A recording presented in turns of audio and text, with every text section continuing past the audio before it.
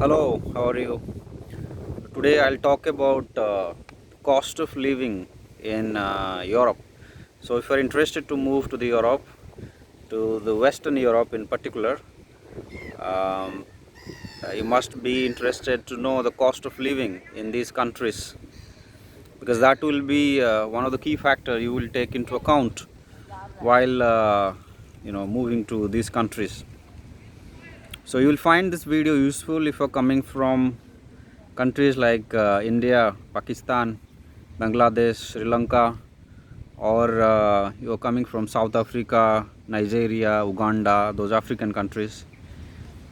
Um, I'll discuss mostly about the cost of living in Western European countries such as Germany, Netherlands, France, and the UK and Belgium. Right, the cost of living is very similar, although it varies with which city you will be living in. But you cannot compare the cost of living in Western European country with that of the Eastern European country. So this will be more focused on the Western European countries such as Germany and France and the UK. Okay. Um, well, obviously it depends also whether you are single, whether you're married, whether you have kids, whether we are comfortable sending your kids to local schools or you want to send them to international schools. So all these things matter a lot. It also matters whether you want to buy a house, whether you want to rent. That makes also difference. It also depends on how long you want to stay in this country. If you want to stay here for a very long time, you want to get permanent residency and citizenship, that's a totally different thing compared to, say, if you are coming here for a couple of years. Okay, so all these things also matter, and so we have to understand and it by giving it a bit of a context rather than just looking at the numbers and drawing conclusion from that. I was in London. I was in London for almost 2 years, and London is perhaps the costliest city in the Western Europe. Paris as well, but London is very costly, and I will talk about the expenses I used to have. So I used to be staying alone for some time. Then my wife joined me. So a studio apartment in London, in the good part of London, would cost you something like 1,000 to 1,200 pound.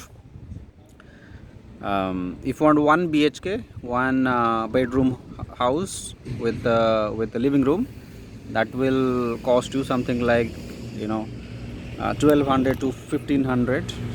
It could also go up even up to 2,000 if you want to live in the best part of London, which is the central London. But if you want to live in the outskirt, in more suburb part, then the cost will go down by about 20 to 30%.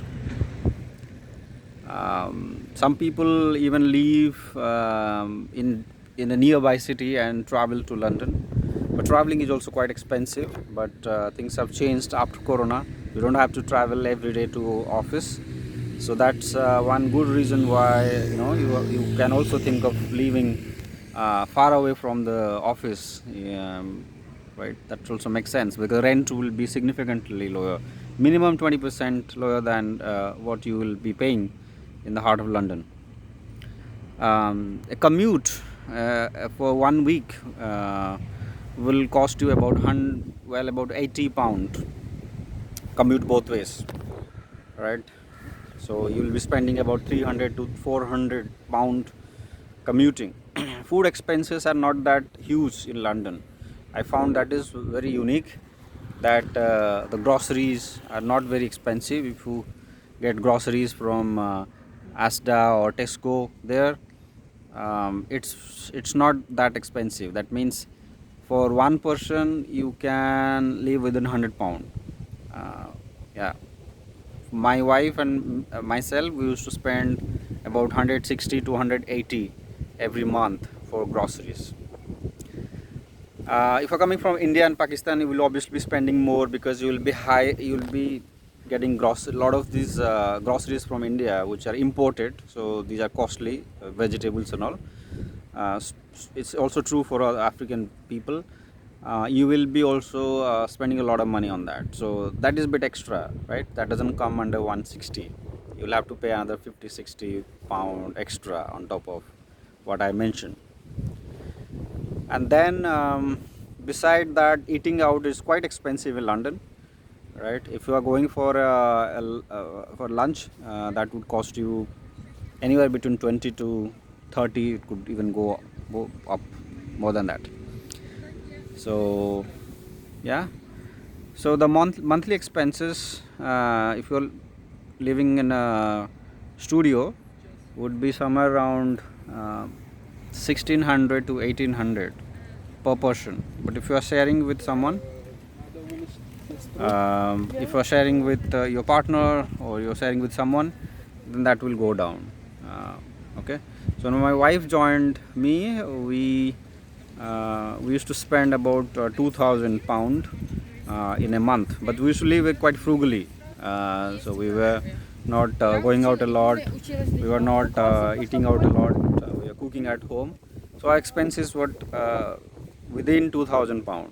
Otherwise it will be even more, and we used to still live in a small apartment.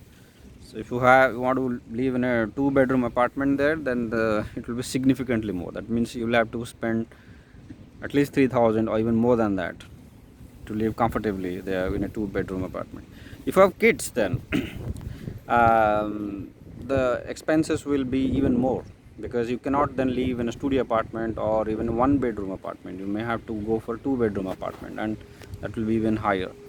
The schooling there is actually free. If you send your kids to government schools, the public schools, it's English medium. So that's good thing for expats, because many expats do not want to send their kids to say Dutch school or German school in Germany or in Netherlands. So that's one good thing. If you are in Netherlands or you're in Germany, you're in Amsterdam or in Frankfurt, that's not the case, right? You will have to spend a lot of monies sending your kids to international schools. Okay, so London, it's actually not an issue, because you will be saving a lot of money because the schools are free. I've lived in the Netherlands. I have also friends in Germany. The living costs are significantly lower compared to London. But before I finish with London, let me tell you that outside of London, the living costs are much lower, especially the rent. You can get a 1-bedroom house elsewhere in the UK in £700 or £800. So it's significantly less, like about 40% less, sometimes even 50 to 60% less compared to London. And other expenses are similar. Traveling is expensive there. Groceries are not that expensive in the UK, I found. If you come to Netherlands or Germany, living costs compared to London significantly less again, but compared to outside of London in the UK, it's somewhat more expensive. That's what I have found. Maybe I do not have the full information to conclude, but I found that the housing in Netherlands is way more expensive in general than the UK, with the exception of London.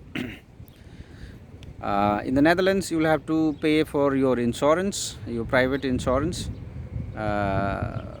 It's mandatory, whereas in the UK, the healthcare cost is zero. While you get your visa, you will have to pay if your company is sponsoring. So company will be paying for your health surcharge. So that means you do not have to pay if you go to NHS, the health service in the UK, and that's free of cost. You may have to pay for medicine and all that, but for everything else, it's free of cost. Whereas in the Netherlands, you have to pay about €100 or €125 per month for your private health insurance. It's also similar in Germany. For rent and all, in Amsterdam and Frankfurt, you will have to spend something like €1,500 for a 1-bedroom apartment in Frankfurt or in Amsterdam, and about €1,800 to €2,000 for a 2-bedroom apartment. Outside of these main cities, you will have to pay about 20 to 30% less. But let me tell you, if you live elsewhere also, the cost of the rent is actually quite high, especially in the Netherlands. But I've also heard in Germany, especially in the big cities, it's also quite high. Uh, Groceries slightly more expensive. I would say Netherlands compared to the UK, but still not that expensive. I mean, it should not be a concern. But rent is the biggest part of the expense. If you are in these countries and you are not comfortable sending your kids to local schools, these local schools are free, but the language of instruction is Dutch in the Netherlands and German in the Germany. Then you will be spending a lot of money actually in international schools, because for 1 year for one kid you will have to spend like minimum 5,000. It could go up to even 15,000 euro. That's quite expensive. If you have two kids, you'll have to spend, sorry, not monthly, it's annually. Okay, so for two kids you have to spend something like 10 to 20,000 euro. Yeah, and the taxes are a lot more in Germany and in Netherlands compared to the UK. So what you will be saving after spending so much money is actually it's less in these countries compared to the UK. But the salaries are also slightly on the higher side in Netherlands and Germany compared to the UK. Again, with the exception of London, where you can earn a lot more. But then the expenses are also quite high, right? So how much money you can expect to earn? Expect to earn to live a good life in London? You need at least 60k minimum, right? Especially if you are a IT professional, you are a highly skilled professional, you need at least 60k. But I would say if you have like 5 to 8 years of experience, you should expect something like 80k to live a good life. And if you're married with kids and all, you need more than that even.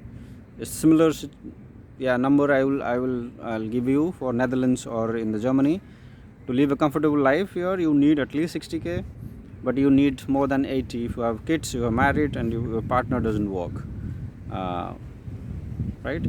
So yeah, this is a question especially from my Indian colleagues. Some ask, okay, I'm making 30 lakhs in India, how much should I expect in Amsterdam or in Frankfurt? For someone making 30 lakhs there, you need for that kind of lifestyle, if you want to have which you are having in India, you need at least 80k. So you expect 80k here, and you can get actually easily. It should not be a problem, especially if you are skilled enough. Okay, these are some of the things I wanted to share. If you have questions, please let me know.